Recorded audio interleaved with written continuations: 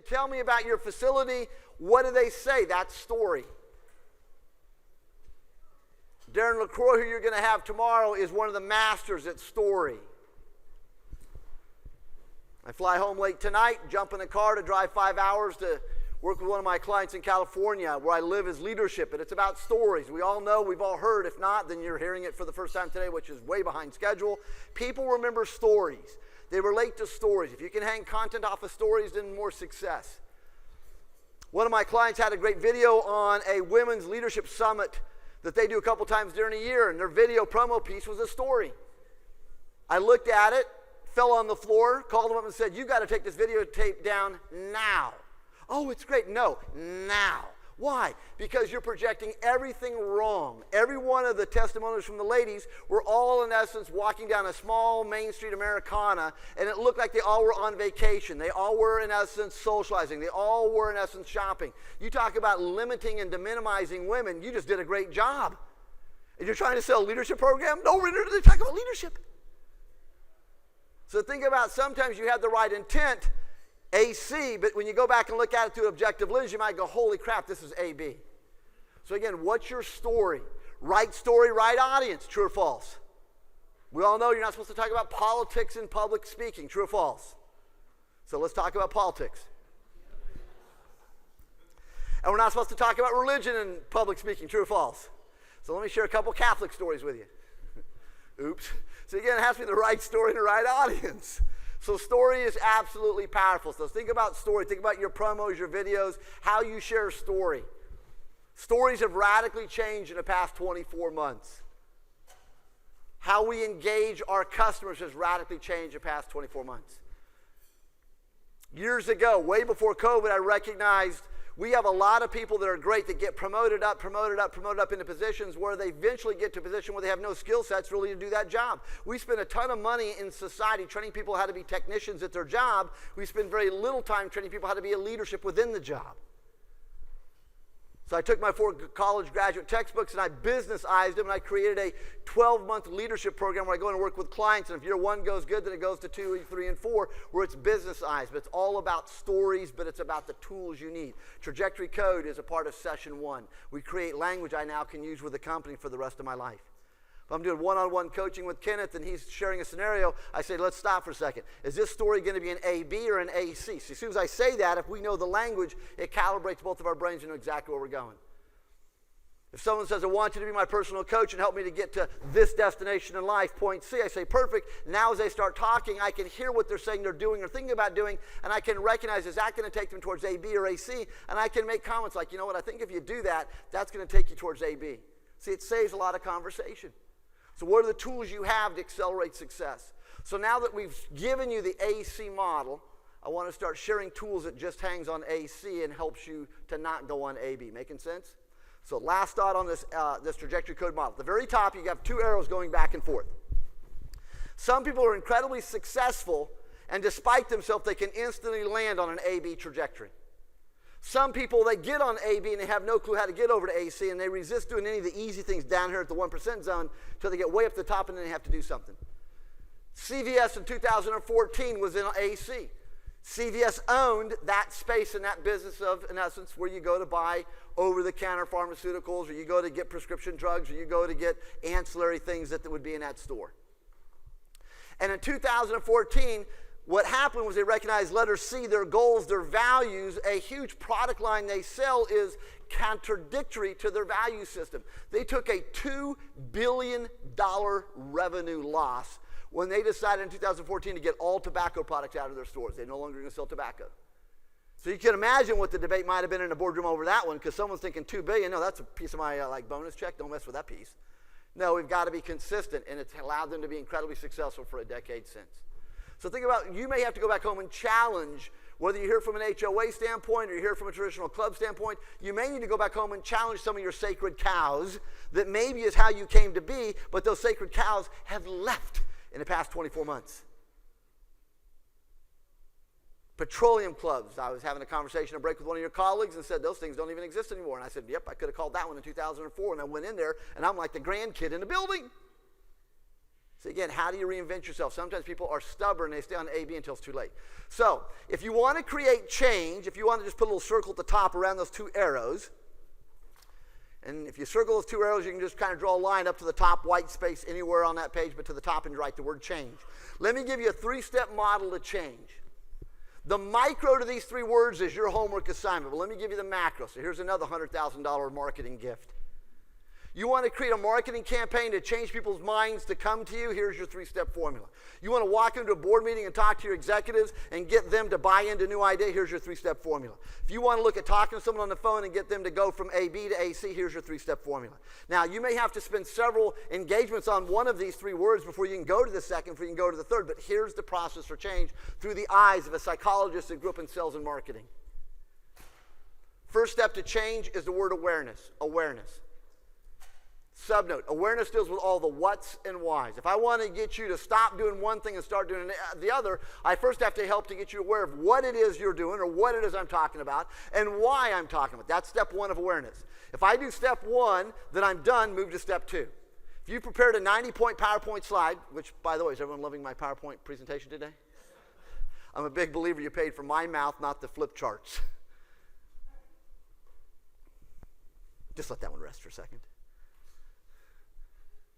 What makes you different? Awareness. You can't grab your phone and type in a website and go to it anymore. Because your phone companies and whatever internet website URL you're going to has learned they lost money for years, and now they have you hostage if you want to search something for a 3 to 6 second commercial that pops up before you can hit skip. Everyone tracking with me? So in that 3, 4, 5, 6 seconds, they have to follow these same 3 steps. And if they do, you have long since passed the skip button and you're still watching the ad. See, they have done these 3 steps. If they don't hit these first 3, you're counting down. You're looking at the numbers. 6, 5, 4, 3, 2, 1. Skip, I'm out of here. So you can even test my theory with your phone. So again, first step is awareness. Awareness deals with what's and why. Step 2 then is going to be, in essence, engagement. Engagement deals with all the HOWs. Okay, I see what this ad's going to be all about. I know why this ad. I'm interested as to how it works. See, now you're going to watch it for a couple more seconds. If everyone in your team understands what you need to do, if maybe it's something new, and they understand why we need to do it because maybe it's something new, then everyone's brain is ready for number 2. Don't keep belaboring the point 1. Don't beat a dead horse to death. Move on to number 2. If you got 90 slides and you got it on slide 2, turn it off. You don't need to hit the other 88 slides. Huge. So number 2 is engagement. Now we have to slow down for a second because how some people want to be engaged is different than how others want to be engaged. True or false? Like my pace. I know sometimes I talk a little bit fast, so thank you guys for a minute ago making a comment that no, I could talk faster. No, some of you said, please slow down, take some Valium, pause, suck in some oxygen, pretend you're taking in some air. See, so again, HOW, how you deliver. Some people are visual, they want it. You like a handout, you want these things. Some people are auditory. You love the stories. You love the singing. You like voice modulation. You want to be talked to. And others are kinesthetic, face-to-face, interactive. You want to sit down, do things together. It's only 3 ways your brain can process data, so that makes it really simple on how you do a presentation. You don't need to think about there's 4 ways to deliver because there isn't. Your brain only processes data 1 of 3 ways, visually, auditorily, or kinesthetically. So play to those same 3. If we do 1 and 2, then we're going to be able to evolve to the 3-step change model. So the third level, third word is the word commitment. Commitment is W-H-E-N. So 3 steps to change: awareness, engagement, commitment. You come to a conference like this, maybe you had an objective. So if you were my boss and you sent me here, and in the spirit of Jeff Magee's 2 hours with you today, if you were living the spirit of this program before you sent me, you would have said, Jeff, I want you to go there, have a great time, take in the speakers, do whatever you're going to do, socialize, drink, etc., what have you. But when you come back, I want you, because here's all the speakers, I want you to write me up a SWOT paper on each speaker. And if you don't know what SWOT is, then write me up a who, what, when, where, why, and how on each speaker. What did they say? What was great? How can we use it? When should we do it here? So give me a little narrative, a little debrief on each of those speakers. Matter of fact, there's half a dozen of us on our team. When you come back, we're going to have a lunch and learn, and you're going to present to us. So we have a modified version of this conference. 99.9% of people go to conferences never do something like what I just shared right here. So you're not passing the knowledge on. If we're going to be successful, we have to get everyone on the team engaged. Someone loves to watch YouTubes, and they found a great YouTube about this guy that wrote a book, because it's a brand new book, it's out, so pay attention, old people. So there's a brand new book out called Who Moved My Cheese? Anyone ever heard of this one? It's like a brand new book, 40 years ago. I'm in a conference the other day, and one of the people in the room started talking about it as if it's the first time the book's ever been out. And I said, you know what, that's absolutely great. I know who him and Ha is, but it doesn't matter if I know. You want to turn them into the celebrity. Let them share the story. Tell us about the book. How can that book help us in our club? So when you start turning your organization into a learning organization, there's another word you can put off of AC line. When you make your environment a learning organization, you're going to accelerate success. Make your team and organization a learning organization, you'll accelerate success. HOA, traditional club, you've got some rock star VIPs that are members. Ask them if they wouldn't mind doing a lunch and learn. It's amazing how people, in essence, that you would never think are approachable would say, oh my God, I'd love to do that. Turn your membership into its own celebritydom. So, trajectory code, there's so much more we could put on this page, but I'm going to pause there. So your fifth factor that I sent you to break with, view that as a letter A, calibrator. The people in your mental board of directors, they're going to accelerate where you're going to go in the future as opposed to where you've been in the past. Back to the future is absolutely brilliant. If you want to be more successful at C, you've got to be more aware of A's. If you can be aware of what you've done on the A's yesterday, you'll understand exactly what C's you're about to get to. There's so much social commentary I could do right now, but I just won't go there. Think about every problem we face, we've created. And if we've created it, it means we can solve it. Just let that one hang for a second. It's incredible. But some people have made a business out of AB. We have to make a business out of AC. So how do you accelerate success? Two more models. There's a sales funnel top right. Who's not ever heard anything about a sales funnel concept? Who's never heard of the sales funnel in here? Show of hands. So 4 or 5 of you think. So everyone else is familiar with the sales funnel? Perfect. So the rest of you can just take a mental break. I'll talk to the 3 that raised their hand. This diagram I have noticed is in Clip Artville out on the internet. It cracks me up every time I see it. This model I had created 23 years ago. Someone hijacked it, put it out in Clip Artville, and so every time I see it out there I laugh because no one has any clue what it is. There's a bullseye at the bottom. We don't have time to talk about the 4 quadrants of the bullseye at the bottom times the 3 rings. If you want a copy of one of my sales books, send me an email. I'll be more than happy to send you a digital copy of my book, Sales Mastery. It explains this in greater detail. I just want to talk about the funnel real quickly because the funnel is what I have seen in the past 24 months. It has been nuclearly blown up with tons of businesses and they're not paying attention. So if you want to grow your business more effectively, I know we have a wide range of who you all are in this room by your own titles and why you're sitting in this room. Think about the macro of that sales funnel. So we have all the people in the universe above the funnel that could be members. They're coming into the top of the funnel. So how do we engage our members? Could be one way you could look at this diagram when I'm done. Up here in the top of the funnel could be all the people that don't know you exist, that maybe you want to get them to know who you are, so maybe they might want to join. That's another way you could look at this funnel of people you're bringing in. You sometimes buy names or advertise to pull people in. That's another way to look at this funnel. Sometimes someone you have no clue how they found out about you. They come into the funnel. So above the funnel could be lots of different demographics. Making sense? So let's come to the funnel itself. There are 6 bands there. Let's take the first 2 bands, and on the left side of that funnel, so next to the red and the gold, on the left side, put a bracket. And let's label that number 1. Most people talk about membership funnels or sales funnels only talk about 3 components, and you'll see that I'm opening this up to 6. Then you have the next 3. You have the kind of the green, the turquoise, and the dark blue. Put a bracket to the left of those 3, and let's label that number 2. And then at the very bottom, you have the last piece, which is purple. You can put a bracket there, and that's number 3.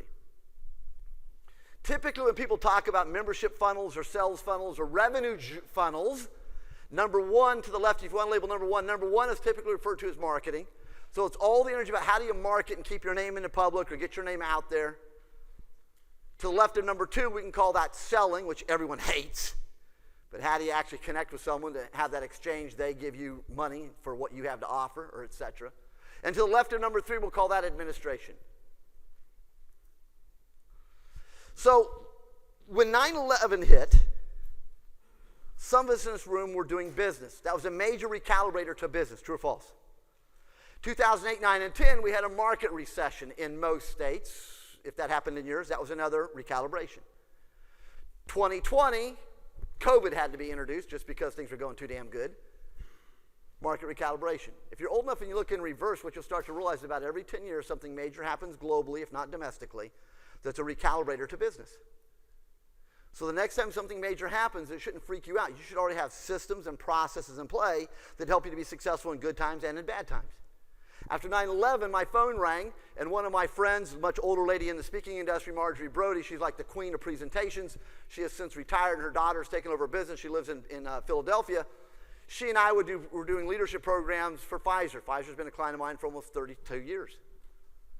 And then another gentleman, and my phone rang, and she said, Jeff, Pfizer's not doing any more work with us. Are they doing anything with you? And I said, yeah, I'm doing tons. She goes, how's that happening? And what I started to recognize after 9/11, changed my business for 20 years, COVID was the best thing that's ever happened to my business. The last 24 months have been the best 24 months in 30 years in this industry, both virtually and live. So when some people freaked out, I had a lot of clients that said, no, we need you. Get over here. What I recognized was a word called essential. So on your AC trajectory, write the word essential. Became really popular in the past 24 months if you've just now heard it in your life. And if you haven't, then you really have missed the news. But what I realized that there's businesses in this country called essential. They're never going to shut down, because when they do shut down, you better already be gone. Elon Musk, I need a seat. Let's get out of here. So what I did from 9/11 today is that 100% of my businesses are either essential or they're connected to the essential demographic of businesses. So in good times, they thrive, and in bad times, they thrive. I didn't say the word survive. They thrive no matter what. So look at your deliverables in an early ask yourself, do you have essential deliverables, or do you just have extras? Do you have things that maybe people don't have to get, they could go somewhere else? If your club serves food and the past 24 months was tough for you, it's unfortunate we didn't know each other 3 years ago, because you didn't know how dumb you were. I'm not trying to be rude, but I do want to move you to the side of the cliff. So I live in Las Vegas. All these restaurants on Las Vegas Strip and Paradise, which is a road that parallels Las Vegas Strip, all closed down. 2 huge world-known Italian restaurants are talking to the owners basically in April-ish 2020. How are you doing? Things are closed. And their comments were, it's okay. Everything will be back open by July. We're good to go. July, hey, how's everything going? Well, it's okay. It's going to be open by this fall. We're good to go. By October, one of them's gone, no longer in business. But what's interesting is if you look at the Las Vegas Strip through a different set of eyes, which is what I want to do in this last hour we're together, you would recognize from downtown Las Vegas, show hands who's ever been to Las Vegas in here. All right, so if anyone hasn't, you got hands next to you. From downtown Las Vegas all the way down the Strip to where it ends at the M Resort, which is basically you're leaving town heading to California, there are tens upon tens of thousands of people living in vertical high-rises. At the beginning of COVID, this is a window of opportunity. You got to be paying attention. Windows don't open very often, and they shut quickly. At the beginning of COVID, you could have reached out to anyone on LinkedIn, and it's amazing. You could have got into an instant phone call with phenomenal people. Because in the first several months of COVID, everyone was kind of freaked out in the country. True or false? See, it doesn't matter what your political views are. Everyone was like the same. Well, what the hell? Everyone was approachable. So my thought was this. You're managing a high-rise complex. You're in Vegas. You're managing 4 high-rise complex towers. You're managing one across the street. If I would have been any one of those restaurants on the Vegas Strip and would have said, hey, you know what, your high-rise is kind of like a hotel. You've got a front desk staff that works basically breakfast shift, lunch shift, dinner shift, overnight shift. Could we bring food to all 3 of those teams, put some promotional material here in your lobby, people with a QR code, they can order food, maybe some little promotional things in the mailroom, because everyone's coming down the elevator to go to the mailroom to see civilization again. They could order food, because see, evidently the Las Vegas Strip doesn't know there's a brand new business that opened up in 2020. Brand new business in 2020 called Uber Eats. Just opened up. See, it's amazing. You've been around for a long time. That's what the laughter was you just heard. But imagine if they would have done that, how many of those restaurants might have been able to survive, if not thrive. There's a Starbucks on Paradise in Flamingo. Like a lot of you in this room, fast food restaurants might have been your only connection to some people outside of your job during the first several months of COVID. Because no fast food restaurant with a drive-up window went out of business that I've seen in this country. Did you see one? But all the others kind of got shut down. See, again, governor said people can't come into your restaurant. The governor didn't say you're closed down. See, people misheard that. They could have instantly pivoted and changed their website for online ordering, Uber Eats, pick up and carry out, etc. But no one did that, and so they're all shut down because no one thinks outside of the box where we start at 9 o'clock. So how do you think differently? That's where we're headed. So back to this funnel. Here's how you start thinking differently. That first band at the very top, let's label these 6 very quickly. The first one at the top is called ecosystem, ECO, ecosystem. If you want to be successful, you and everyone in your organization has to understand your ecosystem. Your ecosystem is everything you have to offer.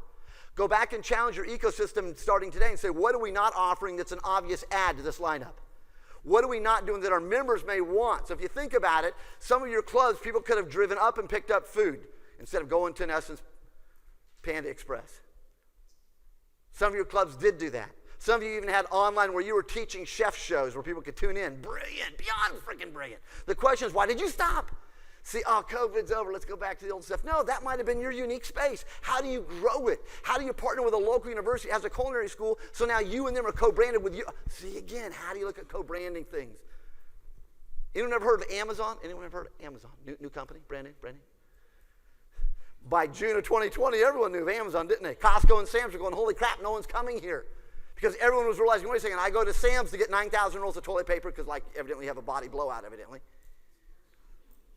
But now I can order that on Amazon. They'll deliver to my front door, so I don't need to go to Sam's after all. I'd go to Sam's to get tons of water, like evidently hydration's a body problem. But now I can order on Amazon. They'll bring the bottles right to my front door. So Sam's and Costco had to reinvent themselves because they found their sales flatlined during COVID. Didn't go up. They went down because everything started going to Amazon. So go back to your ecosystem. We're in Orlando, so it's obvious. If you go to any of the Disney properties, before you even get to the property, all of the words start sounding like Disney. The shrubs on the road start looking like Mickey and Minnie Mouse's ears. True or false? Ecosystem, they condition you. You take your kids, you take your nephew, niece, you take your grandkids to Disney World, and one of them says, well, where's Bugs Bunny? Wrong ecosystem. True or false? You want a Big Mac, what comes to mind? McDonald's. You want a Burrito Supreme, what store comes to mind? Taco Bell. See, things are branded in our head. Ecosystem. Ecosystem. So go back and now here's the challenge off of ecosystem to the side. Write the word generational. Think about your membership through the generational lens. So our membership falls into categories. You have centurions, you got baby boomers, you got Gen XY, you've got Generation Millennial, and you got Generation Z. That's the 5 age groups our federal government puts us into. So just use that simple matrix. If you look at your membership, what's the number one dominant percentage, second, third, fourth, and fifth? But again, what are the different things that those different age groups may want? Ecosystem.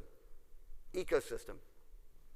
During COVID, I saw this commercial on TV where you could order all of these different food products. They'll be delivered right to your house, and then you could cook them. And then the next day I saw a better commercial. The crap's already cooked for you. Just order it and put it in your microwave. Okay, that's mine. And it's healthy. Wow, this is cool. Healthy fast food. Whoever thought of something?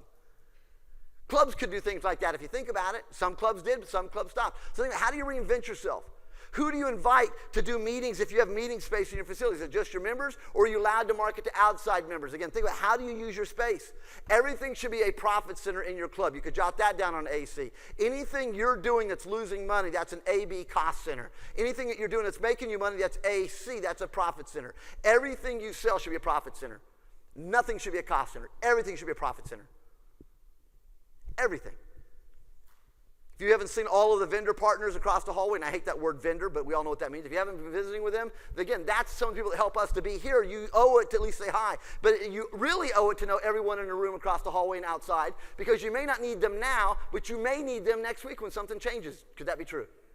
So knowing who you could defer to is absolutely huge. So again, back to ecosystem. McDonald's every year tries to trick us on ecosystem. Every fall, they bring back the McRib. And we all go buy 37 of them because we love them. And after the second one, you go, holy crap, this is gross. And they take them away right at the end of that graph. That way you forget how bad they are. We'll bring it back next year. See, again, we have seasonal products. But this also doesn't need to be part of your ecosystem. So you can even think about, what do you do seasonally? But see, some of your clubs, you're into the big seasons. But wait a second. I lived in Kansas City after college as a journalist, and I lived in this high-rise condominium where I was renting, and the guy right above me was the master artist for Hallmark cards. If you're stuck with what the party is we can have this month, just open a calendar. Hallmark invents crap. Dog Day, Teacher Day, Boss Day, Me Day, Earth Day, Planet Day, Rock Day. Every day's a day. So if you're trying to get how you get more people involved in your club, think about maybe you need to recognize some of your members aren't excited about some of the things you're doing, but they would be excited for different things you're doing. Imagine every day at your club should be a celebration. What are we celebrating today? I don't know, make something up. Wrong, AB.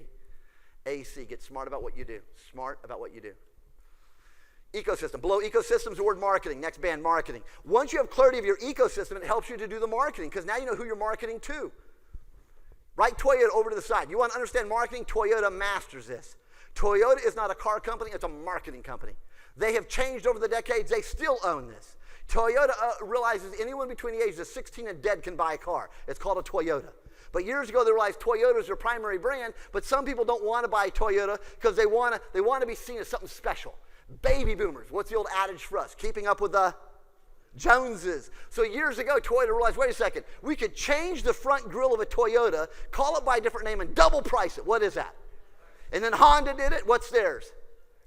And then Nissan did it. What's theirs? And then GM did it. What's theirs? Cadillac. Still code for garbage. Detroit made massive American crap for 30 years. No one had the guts to say it. That's why they doubled down on stupid. And by the time they woke up and realized that they're building crap, everyone on the world who makes a car now sells in America, don't they? And then so Detroit said, well, we don't want you to build your club. See, change car, make it club. We don't want you to build your club and sell it here. So they said, well, fine, we'll just bring in essence Nissan. We'll just bring in essence, BMW, and we'll just put the plants in America and just assemble the crap here and just boat the money back home. By the time Detroit woke up, and Detroit now makes some great cars, but the problem is they've lost huge market share to now everyone buys all these other cars. True or false? So Toyota at one time said, okay, so now we have Lexus for the uppity rich people who want to pay double for Toyota, but then young kids. So now if you're over the age of 35, you'll get this because you lived it. If you're under 35, this car doesn't exist anymore. But then 20 years ago realized, wait a minute, millennials are going to want a car, so the little kiddies want a car. They can't afford a Lexus. They don't want mom and dad's maybe Toyota. So Toyota created a kiddie car division. What was it called? Scion, for the little kids, exactly. And now, because everything's changed and because dad's rich and I'm the young kid and dad will help buy the Lexus for me, so Scion's disappeared because, see, now things disappear. So when you go to marketing, think about who gets marketing. Who gets marketing? You want to buy a Lexus, you have to live in a high population place. When I moved from Tulsa, Oklahoma, a Lexus dealership, to Montana, the entire population of Montana was 700,000. Lexus dealerships only go where there's a million population or more. So my closest Lexus dealership when I moved to Montana was Seattle. Had to get rid of the car because I can't drive, in essence, a day and a half to get it serviced. You go into a Lexus dealership in the beginning, it was like going into a Mercedes dealership. You go into the Service Bay area, and it was like going into a Starbucks. It was a nice seated area, big screen TVs, free Wi-Fi, fancy coffees, free snacks.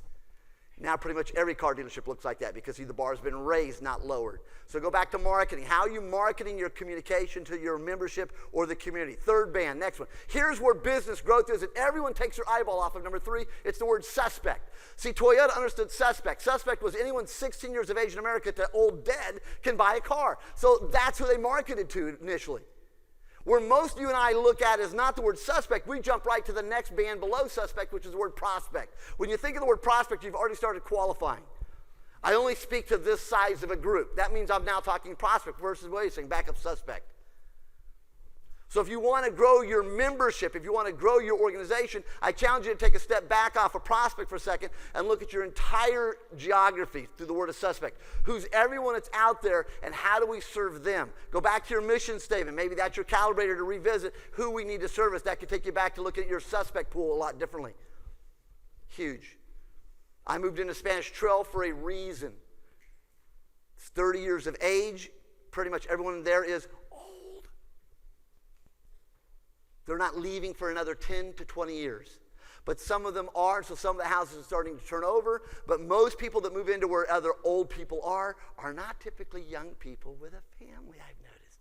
It's empty nesters, so it's those people that are in their 40s hitting to 50. The next generation, it's a little bit quieter in the neighborhood. Do research, figure out. So that's, again, suspect to prospect versus just where do I want to go in Vegas. So suspect, that's a check mark. That's where most people's missing their eyes. So if I go back to Vegas, all those restaurants when COVID hit, they weren't looking at all of the people that lived along the strip as suspects. They were only thinking prospects. The strip is closed. I have no customers. They weren't realizing, wait a second, there's a lot of people living right there that maybe you didn't realize were actually coming into your restaurants to eat that were blending in with maybe just Vegas visitors, and you weren't unbundling that. You were just saying the word prospect. And then that takes you to the next one down, which is in the word selling. What do you do to sell? What do you do to get your name out?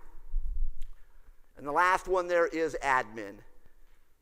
Right now, this is kind of an admin example. You're in a classroom setting, even though you're at a conference facility. Admin, you're in a meeting. Admin, you're talking to a member. Admin, you're doing an HOA where you live. You're talking to a resident. So admin, I'm talking to my association president on the phone or a Zoom call. So admin, you're dealing with paperwork. Admin, you're doing AR, AP. Admin, all those kinds of activities. Admin, you're vacuuming the floor because it needs to be done, and you're the one doing it because some of you wear all these hats. So that's admin. But now here's how I want you to leave this diagram, because there's so much. I mean, we could spend all day right here and not even touch the surface of this model. So those of you that said you were familiar with the model, hopefully I've shared a couple of new thoughts with this page just as you're seeing it. But I want you to go to the far left. Here's how I want you to calibrate your time or your team's time when you go home. To the left of number 1, 25%. To the left of number 2, 25%. To the left of number 3, 25%. If you do the math, how much is left over out of 100? So as a minimum, this is what the day in the life of your organization should look like. Every day, 25% of our energy should be spent at number 1, getting our name out, re-communicating to the marketplace, promoting and advertising something new, trying to go meet someone that doesn't know who we are. I mean, that's what number 1. Number 2, every day, 25% of your time should be spent, number 2, engaging a customer, engaging a member, talking to a new prospect about joining. Someone on your team needs to own that if it's not you. That's 25% of all of our energy as a business should be at number 2. And 25% of our time down here at number 3. So if you're struggling, you need new members, you know where that last 25% needs to be, up at the top. If you've got a lot of people that you're not really engaging, a lot of people you've marketed to, you need to go back and reach out to about joining or et cetera, then that last 25% should be put in the middle. And if it's the end of the month, maybe that last 25% needs to be put right down at the bottom. But in terms of growing a business, everyone loves number 3. No one does 1 and 2, and that's what COVID demonstrated. The number of people that before COVID were doing 1 and 2 were the ones that survived and thrived during COVID. When COVID hit, the businesses that weren't spending much time on 1 and 2, it became very obvious because they all were in deep trouble because they realized no one, including me, is really going out and meeting the marketplace, engaging the customers. We look at our membership roster, it has X number of members. How many of them do you actually engage? Won't mention Spanish Trail by name, but I remember having lunch there in the lounge when I first joined. Hit pause. How many times have I mentioned my clubs? Several times, haven't I? I'm doing this on purpose. I'm not trying to be positive or negative. There's a massive amount of statistics that says when someone's had a bad experience, they will tell at least 11, 12, 13 other people their nightmare. I think that statistic will never actually ever be quantified again because the internet makes it infinity. People have a bad experience, they tell the world on social media instantly. I remember sitting in that club having lunch with 2 other people at my table. The club manager came through and talked to every one of the other tables, the people that obviously had been members there for a long time, had a good conversation with every one of them, and never ever even came over and said hello to me. It became obvious. Interesting. So think about when you do something, you've actually got to be conscious what you're not doing is what the point of that story is. So again, people will read into things. How do you look at your different elements? So back to, again, the model. So 25, 25, 25. And what COVID showed was the businesses that were doing outreach or that were marketing or had their name out and were engaging and talking and selling were the ones that were able to survive or thrive in the past 24 months, and they're doing a good job today. Yes, sir, up front. Just real quick, because at the very beginning we put labels 1, 2, and 3 as on your Left side. The first 2 were ecosystem and marketing. Correct. That's one bucket, exactly.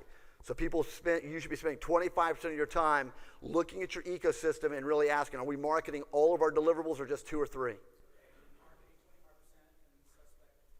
And then the second one is going to be suspect, prospect, and selling. 25% of your time should be engaging the market. Absolutely, correct. Is Nick in the house? Nick. So when I went outside and I talked to a couple of your partners, Nick was one. That was, in essence, me doing marketing and reconnaissance and maybe finding out what, in essence, some of the other people outside are about. That could be selling. And now I come in here to do my presentation. If I can not just do it just to fill up space, but if I can make sense out of why I'm going to name drop because I'm an admin, that goes back. But if you're doing this smartly, everything you do at number 3 is actually feeding your funnel at number 1, 2, and 3. A customer comes in and they're eating, and you have, in essence, a special today, and they didn't try it, you might ask them because you're getting some administrative intel back up on top of your marketing. And maybe he didn't know it because your staff forgot to say it. Nothing negative to them. You just have to reinforce, hey, we're pushing the specials for a reason, or et cetera. So does that help to answer the question? Absolutely. Good question. Thank you. Any others? So to the model. So if you think of this formula, then it leaves us with one objective left.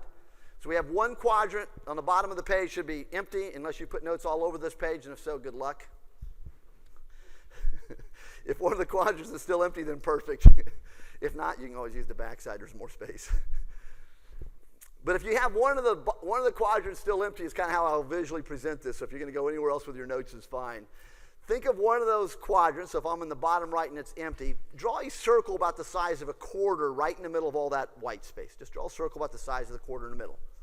Inside the circle, we'll put a label, and then around the circle, we can put notes.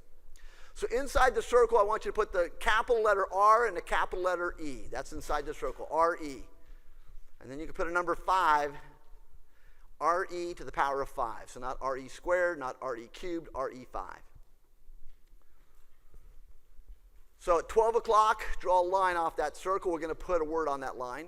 Who in here is familiar with a note-taking concept called mind mapping? Anyone familiar with mind mapping? Perfect. About a half a dozen of you. This is going to be a mind map is what we're going to do. Those who are not familiar with mind mapping, here's a new way of taking notes. If you have kids at home, share this with them. Their GPA just went through the roof. See, the problem for most of us, the way we were taught to take notes is you put the title at the top, and you write from left to right, top to bottom. And if you ever go back to like high school or college and you're studying for a test, you have like 9,000 pages of notes you're trying to remember so you can regurgitate tomorrow on the test. So a British brain researcher in 72, his name is Tony Buzan, B-U-Z-O-N, if you want to Google that one later. He came up with this concept called mind mapping. And what you do is you basically put the key thought you want to take notes on in the middle of the page, so R-E. Don't know what that is, you'll know in a minute. And then anything you want to write down that supports it, you just draw a line off the circle anywhere and you put a key word. And that key word then, you're never going to write a complete sentence on this piece of paper because you put a key word, a key date, a key statistic. The beauty of your brain is anything you consciously put in it is in your subconscious the rest of your life. If you ask it the right question, it always comes right back out. So mind maps are just simple, easy ways of taking notes. So this morning before you came in, I wanted to make sure I didn't forget anything today, so I just jotted down kind of a mind map. And so there's 7 lines around that circle, probably another 7 subnotes. So I got 14 pieces of information on one sheet of paper, and there's still a ton of white space on that page to take notes. So it's a way of taking notes. You can't use it all the time, but boy, you sure could some.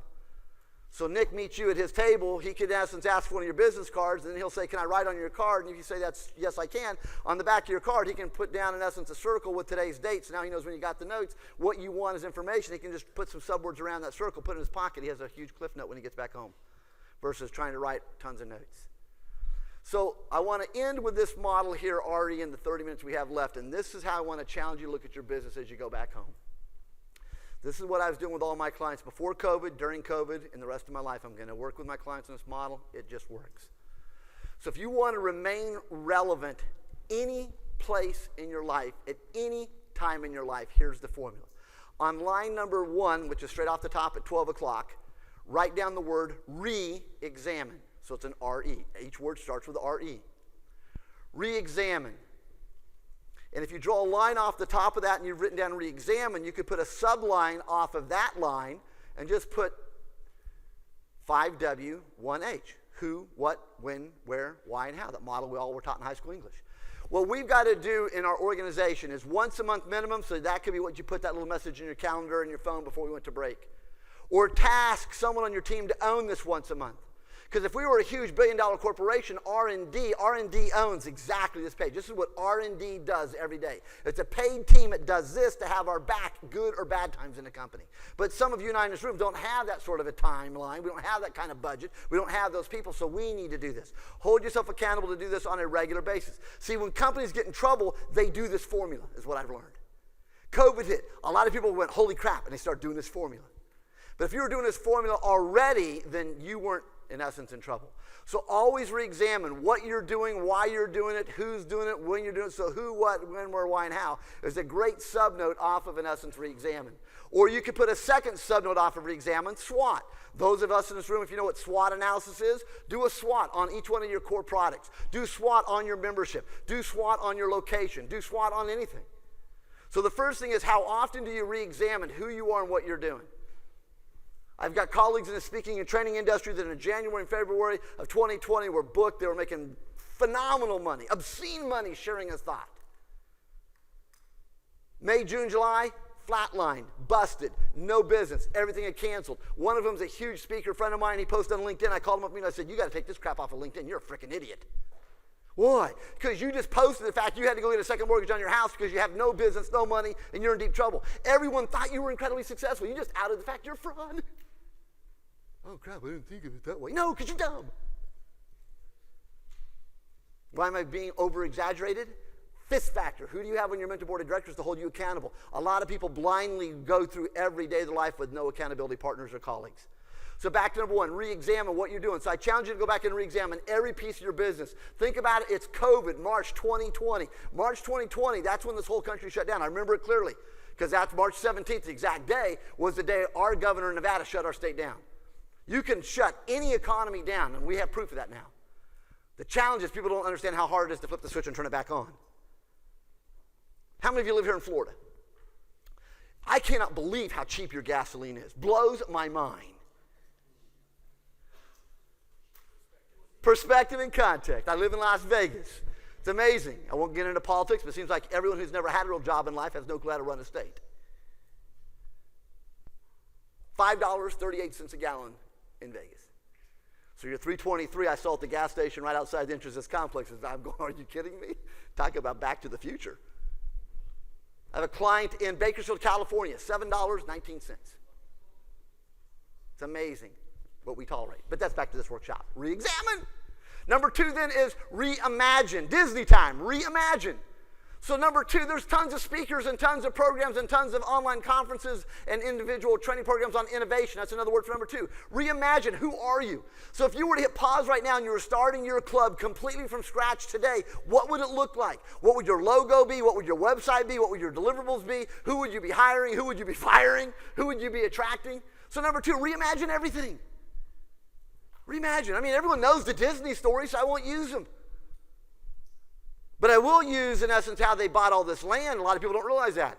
When they went about starting to buy the land, they sent people from California to Florida, but no one had a direct flight. And they would send people all over the country to spend some time, then fly to Florida to buy land. They had different people buying the land up for Disney because they didn't want to have anyone get a clue what was about to happen. And then once it was out, boom, think of everyone else that's now shown up around this 1 hour drive of where we're sitting today. So reimagine. So reimagine is brainstorming. Let me give you 4 subnotes on reimagine. Here's what I look at business. Business comes down to these 4 words right here. If you want to be successful in business, it's any one of these you own, combination of these you own, or all 4 of these you own. And if you don't own any of them in your business, you better be looking for a new job yesterday. Because eventually your customers are going to wake up and go, what the heck? So the 4 simple ways you look at reimagining. Number 1, better. How can we do anything better than what we were doing yesterday? How can I as a person be better than I was yesterday? How can this deliverable be improved at any level to be better than yesterday? So one way is better. When I worked for a Fortune 500 company years ago, as the salesperson calling on you, what I realized is that your customers are reaching on the counters and buying things, and I started to realize they're reaching for one of 4 reasons, and that's what kind of came to me. It's holy crap. This is like Marketing 909, the advanced class. No one's ever going to go in and buy the opposite of the word better. Trust me. You're not going to walk into Walmart, Bass Pro, Nordstrom's. No one's going to walk into the store and say, excuse me, where's your crap section? I mean, clearance is kind of code for crap.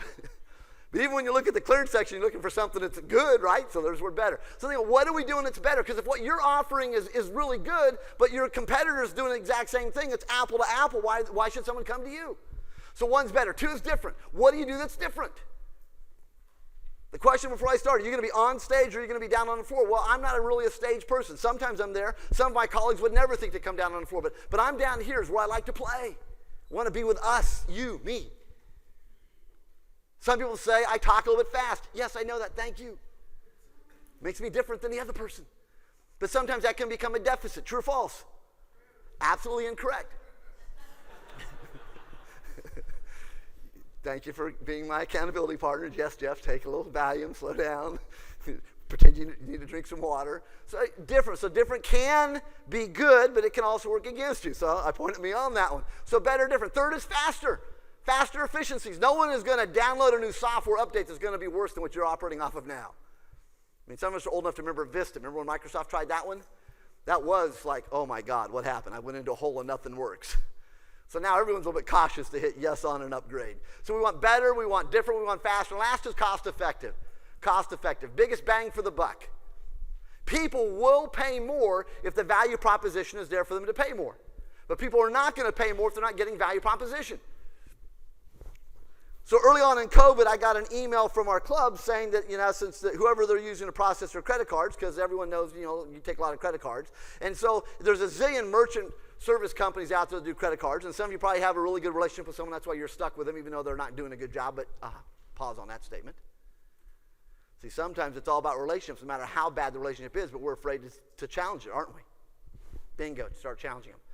Well, the federal laws were changed in 19, and there's only 4 processors that process all the credit cards. So if your bank is who you have your credit cards with, or some merchant companies who you have your credit card with, they don't actually process. They batch it up to 1 of 4 basic processors. And the federal law was changed where now the processors can actually come knocking on your door. And it's causing some heartburn for merchandisers. So when my club sent out a note that they're going to charge an additional $45 every month on the credit card, I'm going, wait a second, $45, this is stupid. I mean, if you're charging it $45 because you need to make more money, then just say that. But don't be, thinking I'm stupid. Because we want to make more money off of your membership, we're now going to raise and charge $45 additional every month when we run your credit card. They should have said that because that's what the truth was. So I instantly emailed back and I said, well, that's really not a smart idea. See, look at the 4 words you just written down. If you're charging me more money to make it easy for you to get the money every month, then let me introduce you to one of the processors. It's one of my clients that I do speaking with. I don't get a kickback, but let me introduce you to them because they'll do it actually, and it doesn't change anything you're doing. It's just simply a code that they give to your CFO, basically, or your business person. They change the code, and people still do all of the point of transaction the same, but now what happens is you're going to make a crap load of money because all of what your merchant service person was charging just disappears. It's now a profit center. Their email back was, thank you for sharing. We'll take it under advisement, which was code for, I like a guy that understands language. But coming out of COVID, I use this story as an example that a lot of people are reevaluating everything they do. And they may realize, you know what, I'm not going to the club enough to warrant what I'm paying a month just to have the ego say I'm a member of it. So you know what, I'm going to not renew. So watch. Some of you said your trend is you have increase in membership, because eventually those 4 words are how we make buying decisions. I know we're not in a recession now, but if our economy were to go into a recession, people might think of those 4 words. Let that one hang for a second.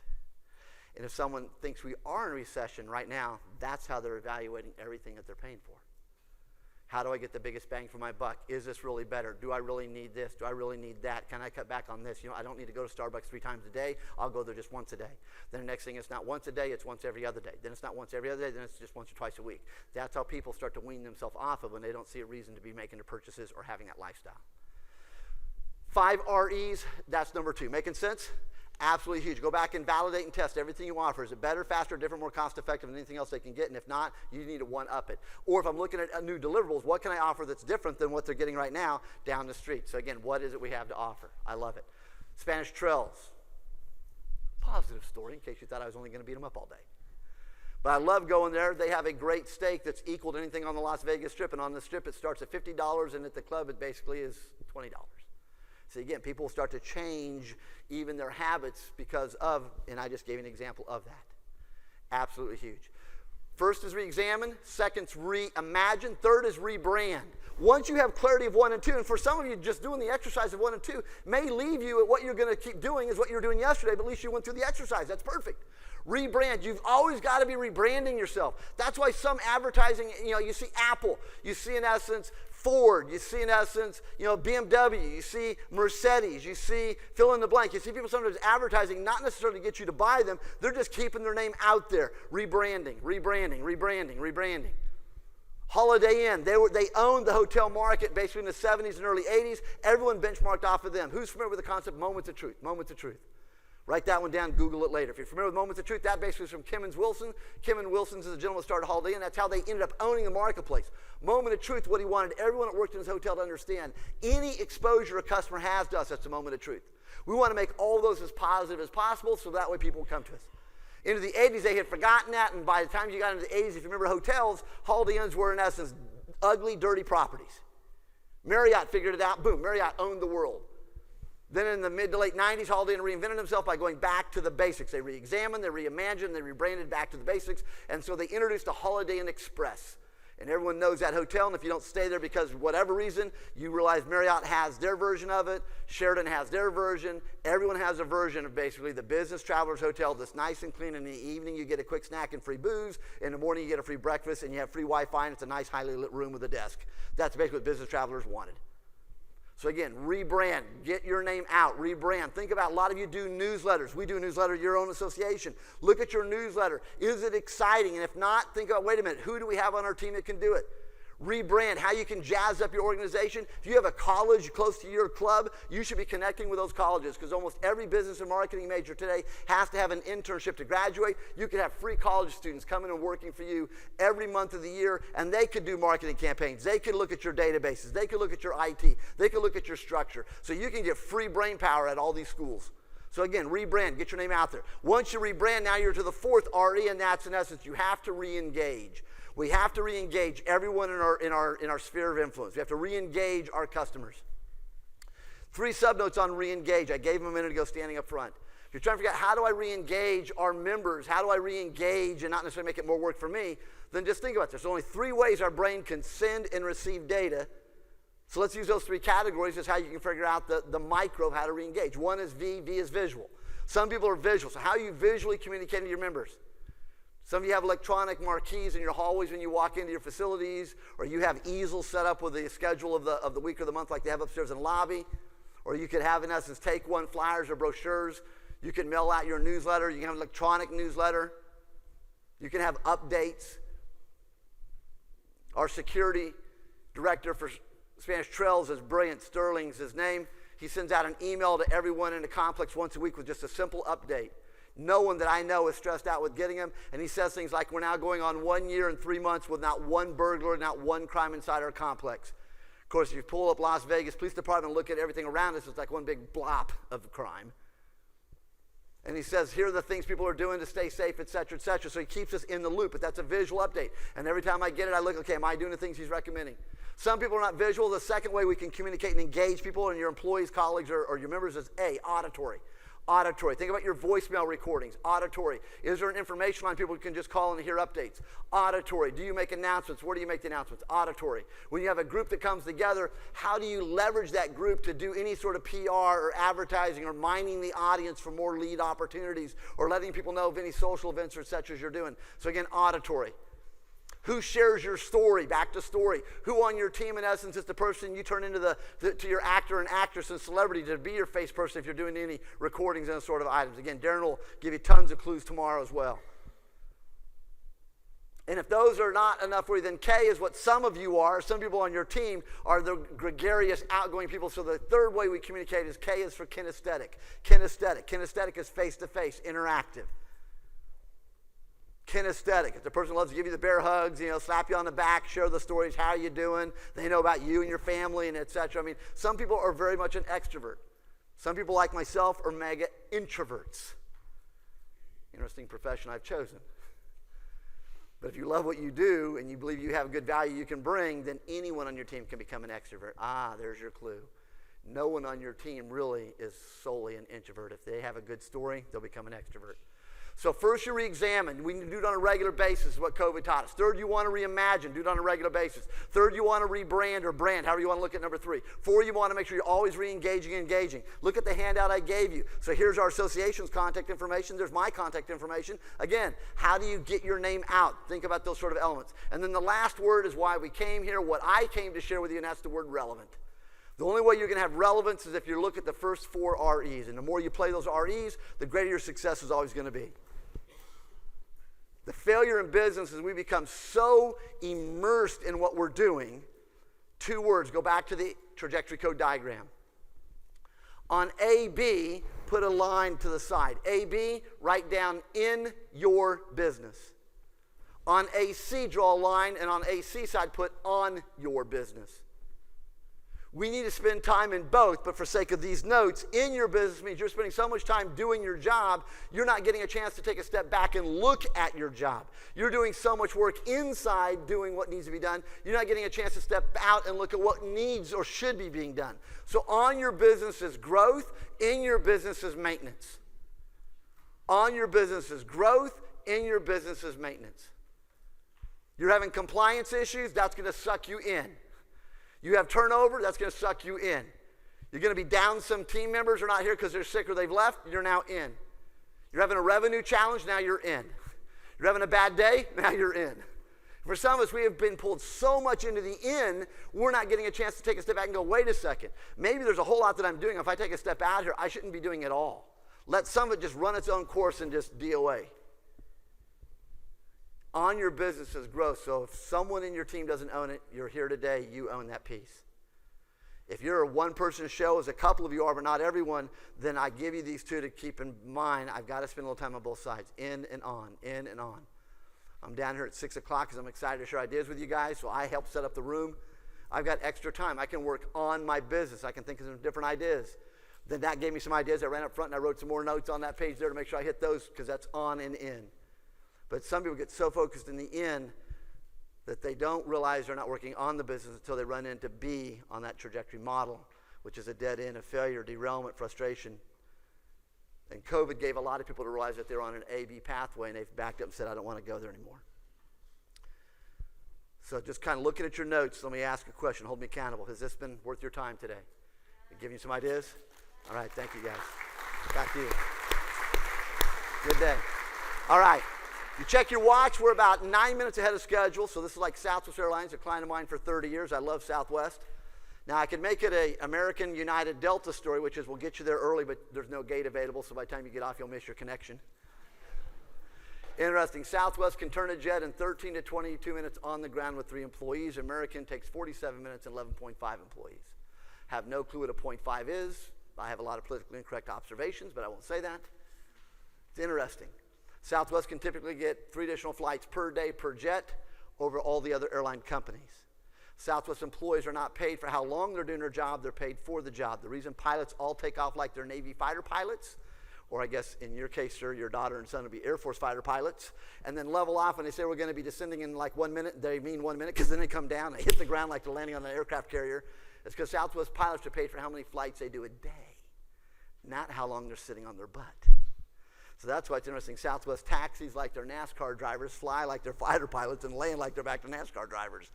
All these other airlines, it's like, okay, I'm in a funeral procession. Doesn't matter how long I take to get you off the ground because I'm getting paid. So again, what's our perspective? So let me end with this quick thought. Hopefully you had a great day. Let me give you 30 seconds. Look at your notes. Put a star beside any word or notes that are your keepers. If all of it's a keeper, put a star on the whole page.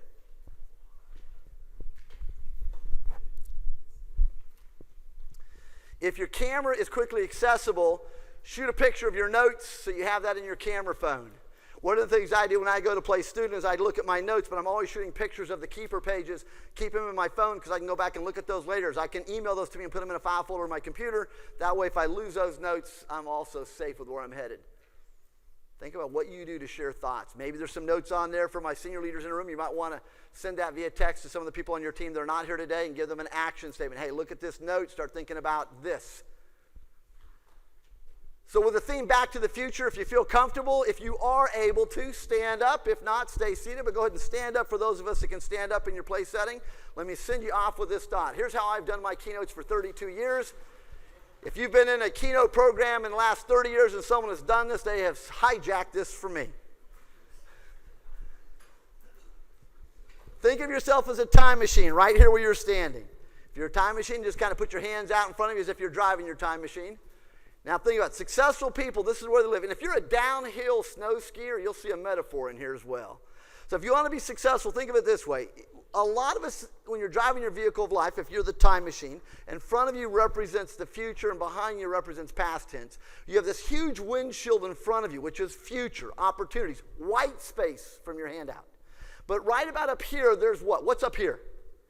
Think about that rear view mirror and how many people disproportionately spend time on what's already happened behind them and they're worrying about that crap versus what's right there in front of them. So keep left hand on the steering wheel, a little safety time, but with your right hand, grab that rear view mirror. And on 3, I want you to just rip it off this windshield of life and toss it out your window. 1, 2, 3. Get rid of it.